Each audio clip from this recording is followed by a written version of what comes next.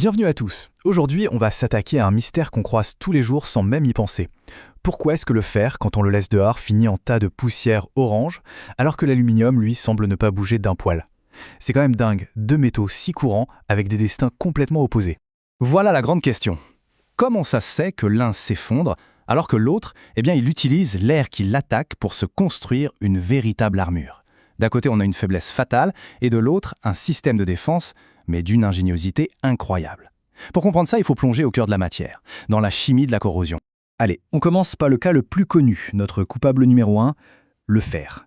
Comment est-ce qu'il en arrive à s'autodétruire pour devenir de la rouille? C'est quoi exactement la recette de ce désastre?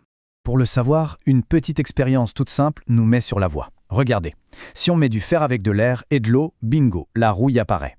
Si on rajoute du sel, oula, ça rouille encore plus vite. Mais le plus intéressant, c'est ce qui se passe dans les autres tubes. On enlève l'air, rien. On enlève l'eau, rien non plus. Le fer reste nickel. La conclusion, elle est donc limpide. Pour que la rouille existe, il faut absolument 3 ingrédients. Le fer, bien sûr, mais surtout le duo inséparable oxygène et eau. L'air humide, c'est vraiment son pire cauchemar. Et le sel dans tout ça, c'est juste l'accélérateur, celui qui jette de l'huile sur le feu. Et voilà le résultat, cette matière brune, la rouille. Mais attention, le vrai problème, ce n'est pas la couleur, c'est sa nature profonde. Il y a un mot à retenir, un seul, poreux. La rouille est une véritable éponge. Elle laisse l'air et l'eau passer à travers, et l'attaque continue en profondeur, encore et encore, jusqu'à ce que tout le métal soit rongé de l'intérieur. Bon, on a vu le fer se faire dévorer, maintenant passons à notre deuxième personnage, l'aluminium. Et là attention, parce que l'histoire prend un virage à 180 degrés. C'est tout le contraire qui va se produire. Prenez une lame d'aluminium, bien brillante, bien neuve. Laissez-la à l'air libre. En quelques semaines, on remarque qu'elle perd son éclat, elle devient plus mate, un peu plus sombre. Mais elle ne s'effrite pas, elle ne se désintègre pas, elle se transforme. Ce n'est pas une dégradation, c'est une métamorphose. Cette couche un peu terne, en fait, c'est de l'alumine, c'est de l'oxyde d'aluminium. Tout comme le fer, l'aluminium réagit avec l'oxygène de l'air. Sauf que le résultat, c'est le jour et la nuit. L'alumine, c'est une couche qui est dure, solide, et surtout, elle est complètement imperméable. C'est un bouclier que le métal se fabrique lui-même. Et voilà, on touche au cœur du mystère. C'est le moment de la confrontation.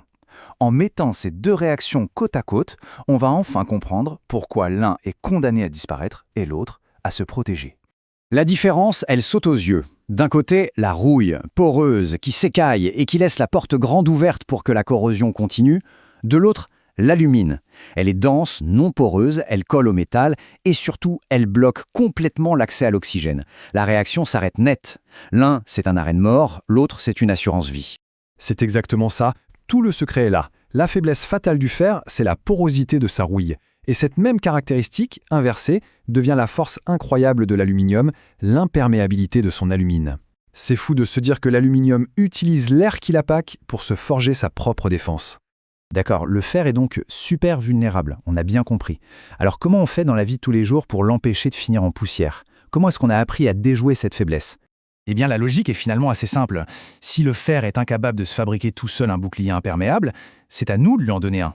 Toutes les méthodes qu'on a inventées pour lutter contre la rouille partent de ce principe.